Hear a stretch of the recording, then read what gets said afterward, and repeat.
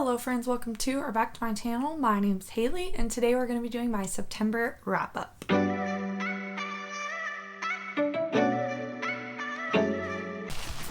Can't do anything without my drink. Okay, so September was an extremely busy month. If you feel like I say that I always have busy months, it's because I kind of do always have busy months. I do a lot of things and I'm not always the best at managing my time and energy and putting it all into the right things. So September was genuinely though a very busy month.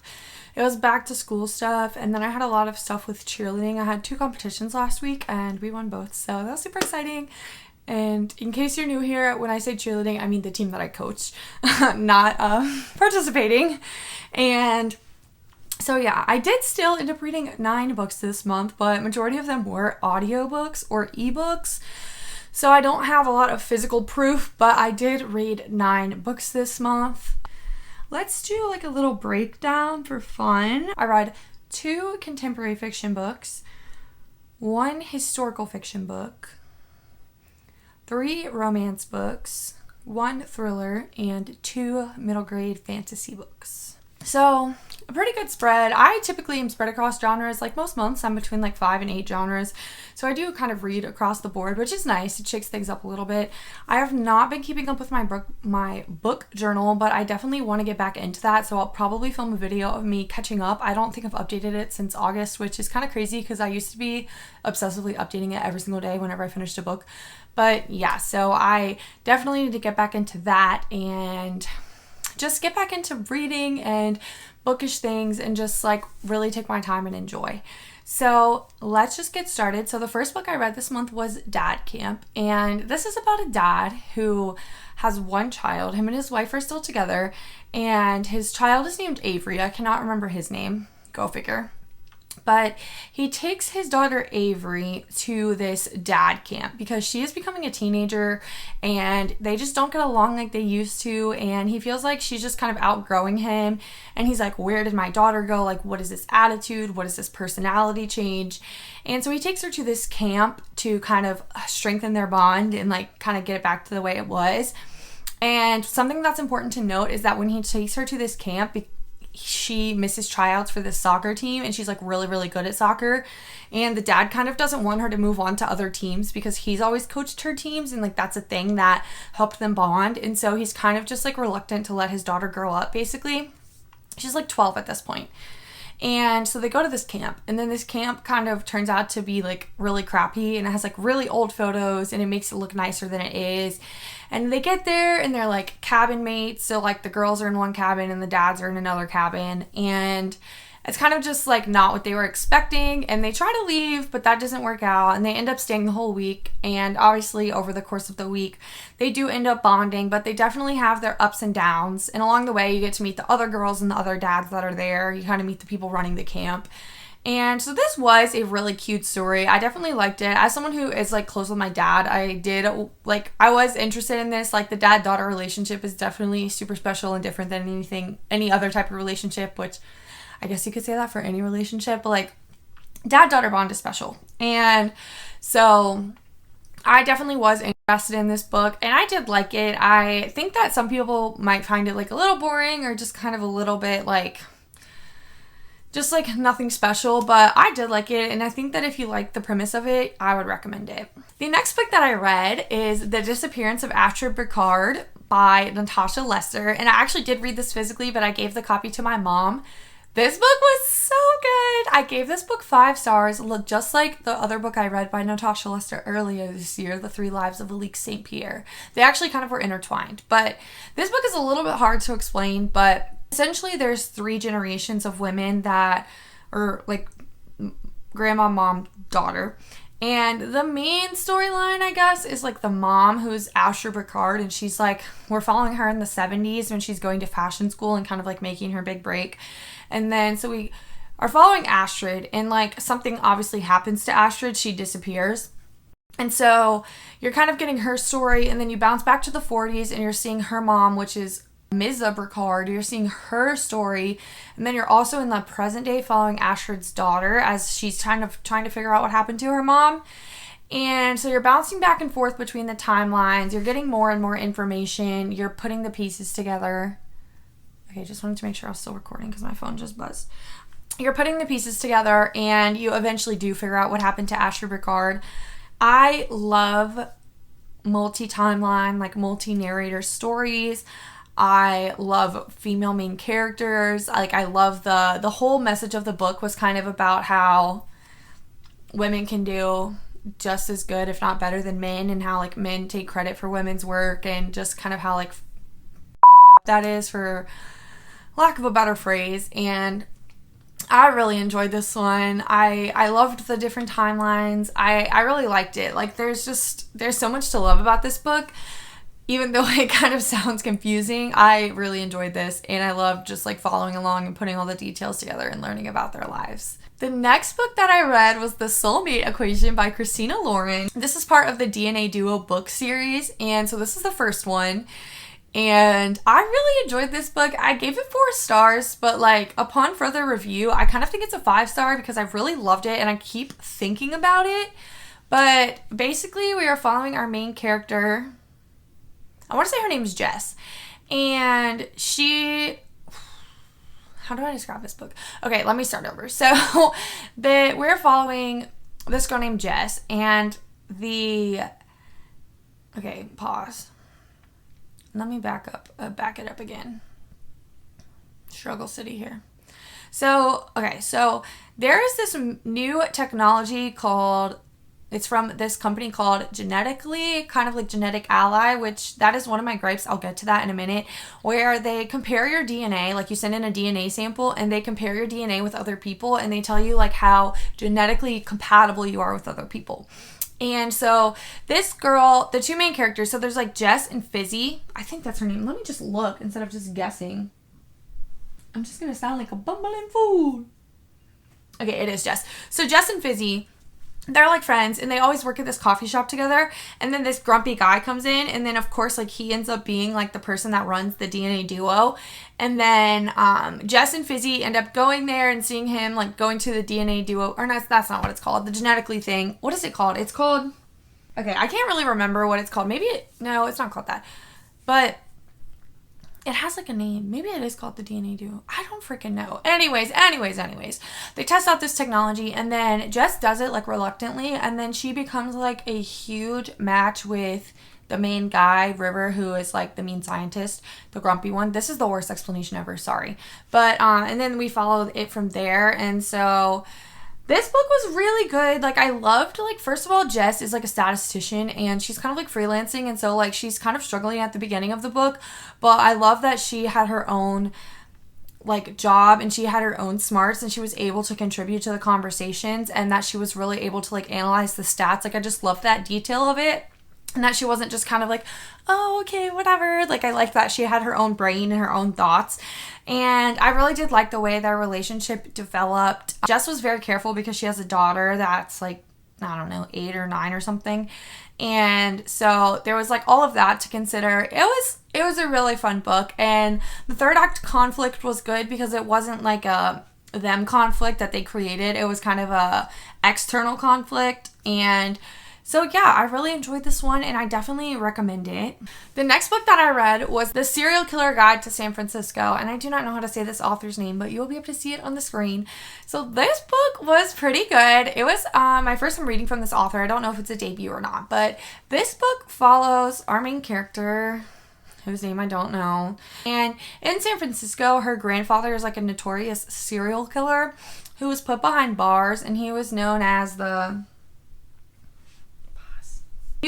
Overkill Bill because like the way he killed his victims was just like kind of crazy. She thinks he's innocent. And so part of this book is her trying to prove whether her grandfather is innocent or not. And so she's kind of looking into that case and she's just living her life doing her tours. And then as that's happening, somebody copycats her grandfather's murders. And so there's like a copycat Overkill Bill situation going on, and that claims a couple people, and so then they have to also figure out what the heck is going on there.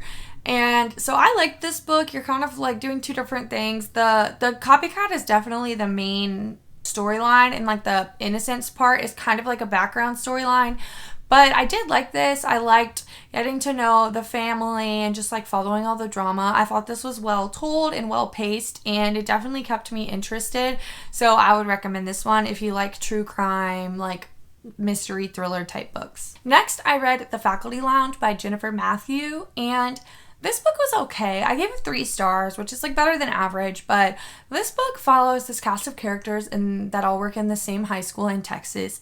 And basically every chapter you're kind of learning about a different person in the school. There's teachers, admin, the nurse, the counselor, just like various people that work in the school. And so each chapter you're getting the perspective of a different person, but it's all told in like third person.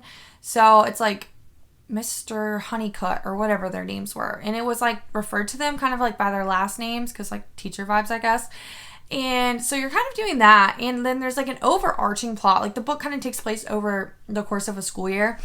And the overarching plot is about how there was a substitute named Mr. Lear, and he died in the teacher's lounge at school. And after that, he has some like crazy demands in his will, and then things kind of get out of control, and there's like a lot of fallout to deal with this man dying at the school.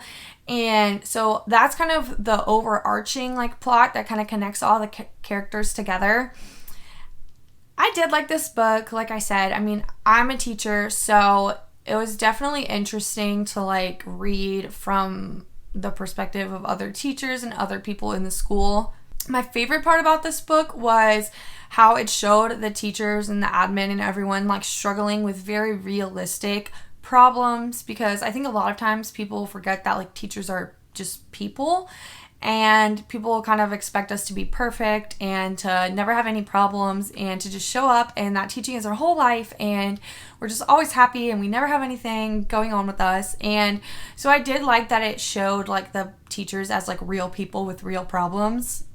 Like one of them was like considering having an affair, and then like one of them was like having an alcohol issue, and so just like different things like that. So I did like that. That was like my favorite part about the book. But overall, there was nothing really like to gain from this book necessarily. I don't think like there was no message or like take home or like really feel good part. It really just was like a character study on all the different characters. So it doesn't have like a huge lasting impact on me, but I did enjoy it while I was reading it. The next book that I read and I have with me is Just for the Summer by Abby Jimenez, and this book has been popping off this year. It just came out in April, I believe.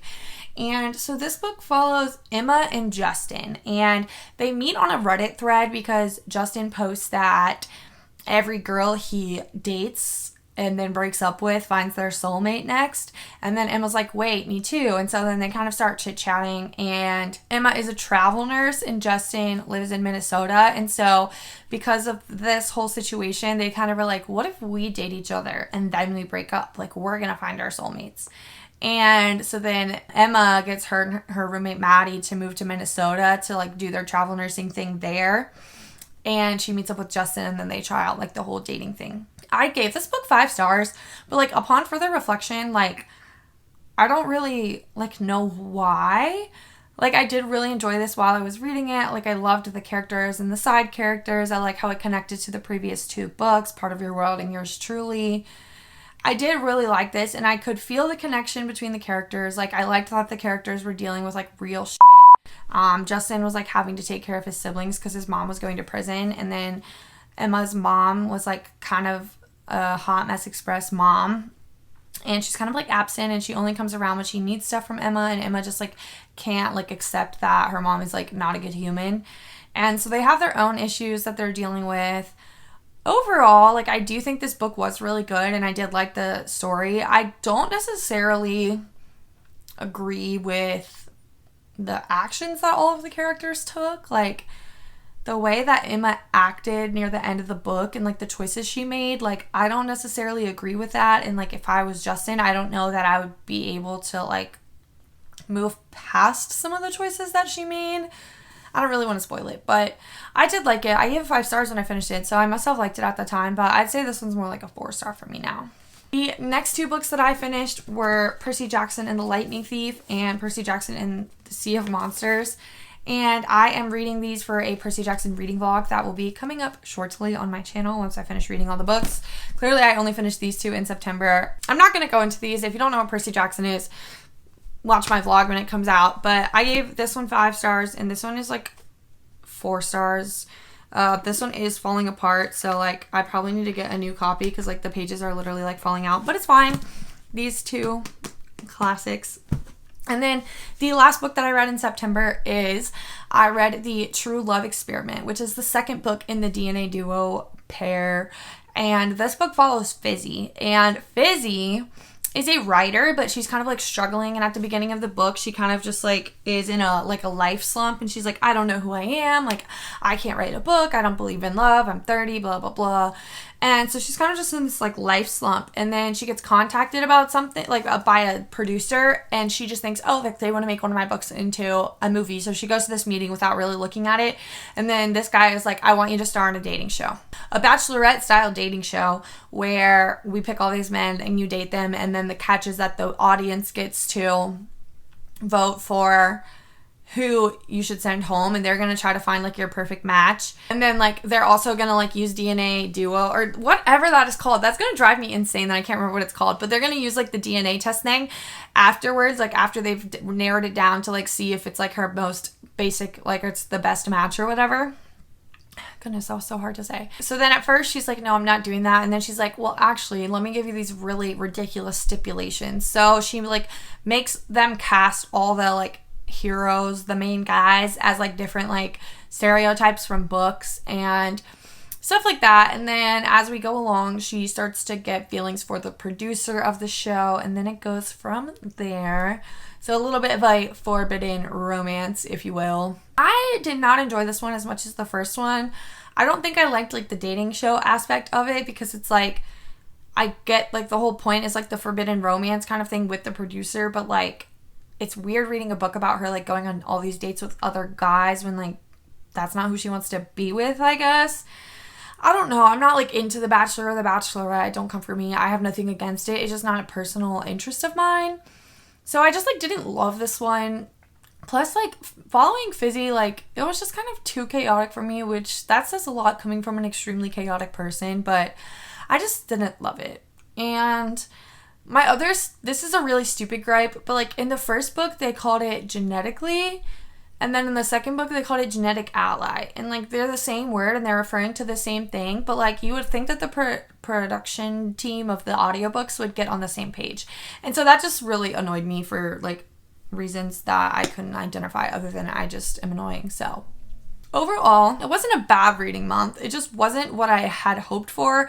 I posted a TBR video that had like 17 books in it, and I literally read 3 of the books that were on the TBR. 3 of the books that were on the TBR out of 17. So definitely was not the reading month that I expected, but it could have been a lot worse. 9 books is still a really good number for somebody who's busy and just feeling kind of slumpy. So I will take my 9 books and I will head into October, hoping that we can really just knock out some books this month and have a really good reading month. So thank you guys so much for watching. Let me know if you've read any of these books or what your favorite book was that you read in September. Leave a like and subscribe to my channel so you can see all my future videos. Thank you so much for being here. I'll see you in the next one. Bye. Love you.